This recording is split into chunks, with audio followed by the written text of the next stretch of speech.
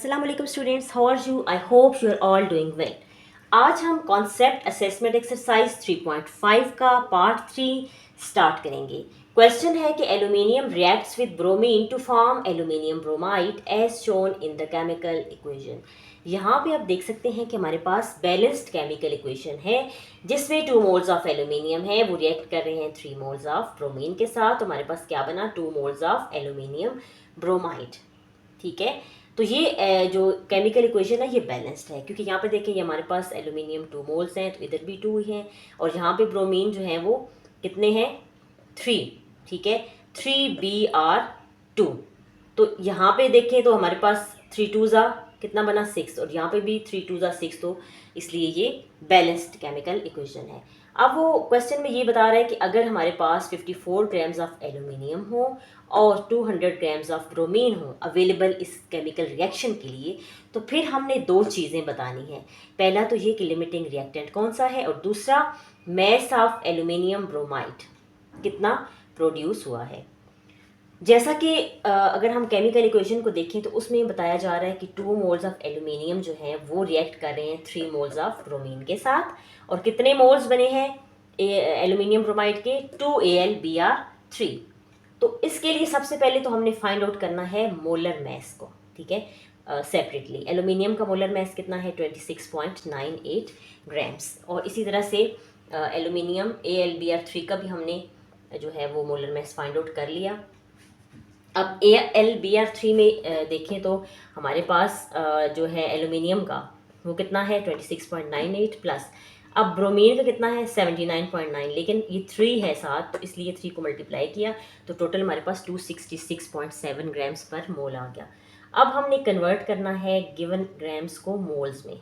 तो moles of aluminiums कितने होंगे? सबसे पहले तो हमने जो गिवन उसका मैस था 54 ग्राम्स वो लिखा, बाय यहाँ पे अब देखिए हमने क्या इसका लिखा? नंबर ऑफ जो इसके मोलर मैस था, तो मोलर मैस कितना था? 26/98 ग्राम्स। तो मैस बाय मोलर मैस हमने लिखा, तो दोनों को जब हमने डिवाइड किया तो हमारे पास 2.001 मोल आया, क्योंकि ग्राम जो है वो ग्राम के साथ कैंसिल हो गया, तो हमारे पास सिंपली मोल आ गया।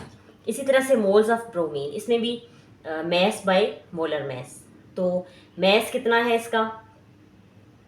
वो है 200 ग्राम्स, और इसके बाद divided by molar mass. Molar mass कितना है ब्रोमीन का?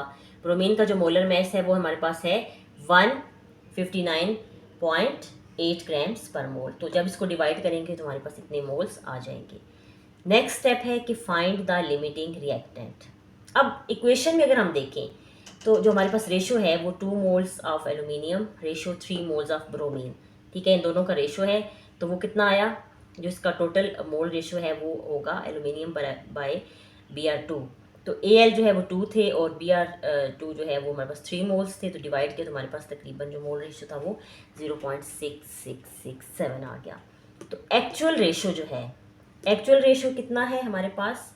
जो हमारे पास एल्यूमिनियम के नंबर ऑफ मोल्स आए थे ये वाले 2.001 बाय मोल्स ऑफ ब्रोमीन, वो हमारे पास ये एक्चुअल जो आए थे उससे डिवाइड करेंगे तो हमारे पास जो एक्चुअल रेशो है वो तकरीबन 1.598 आएगा। So actual ratio is greater than the required, तो इसलिए लिमिटिंग रिएक्टेंट हमारे पास जो है वो ब्रोमीन होगा, क्योंकि जो एक्चुअल रेशो था वो ग्रेटर था, जितना हमें चाहिए था वो उससे भी ज़्यादा था। उसके बाद हम कैलकुलेट करेंगे मोल्स ऑफ AlBr3 कि कितने मोल्स हैं। तो 3 मोल्स ऑफ Br2 जो है that gives 2 moles of Br3. So moles of AlBr3 is equal to 2/3 into moles of bromine. तो वो हमारे पास कितने हैं? 2/3 into जो हमारे पास हैं मोल्स, वो हम लिखेंगे 1.2516। ये किसके हैं? ये हमारे पास ब्रोमीन के मोल्स हैं। ठीक है, तो ये टोटली हमारे पास जो मैस है इसका वो 0.8344 मोल आ गया।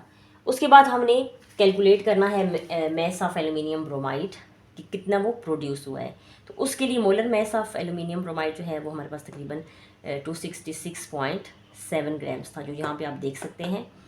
और mass is equal to moles into molar mass. ठीक है, तो ये हमारे पास जो मैस इसका आया था उसको हमने मोलर मैस से मल्टीप्लाई किया, तो तकरीबन 2 to 2.5 ग्राम्स आ गया। सो लिमिटिंग रिएक्टेंट जो है फाइनली हमारे पास लिमिटिंग रिएक्टेंट ब्रोमीन है और मैस ऑफ AlBr3 जो हमारे पास प्रोड्यूस हुआ है वो है 222.5 ग्राम्स। तो स्टूडेंट्स, अगर आपको किसी चीज़ की भी नहीं समझ आती तो आप सारे स्टेप्स को रिकॉल कर सकते हैं, तो इजीली आपको समझ आ जाएगी कि किस तरह से हमने जो है वो मोलर मैसेज को फाइंड आउट किया, मोल्स कैसे लिखे, ठीक है, और जो लिमिटिंग रिएक्टेंट था उसका कैसे पता चला। तो इजीली जो है वो आप इस कॉन्सेप्ट को ग्रैस्प कर सकते हैं। So I hope you understood the lecture. मिलते हैं नेक्स्ट वीडियो में। अल्लाह हाफिज़।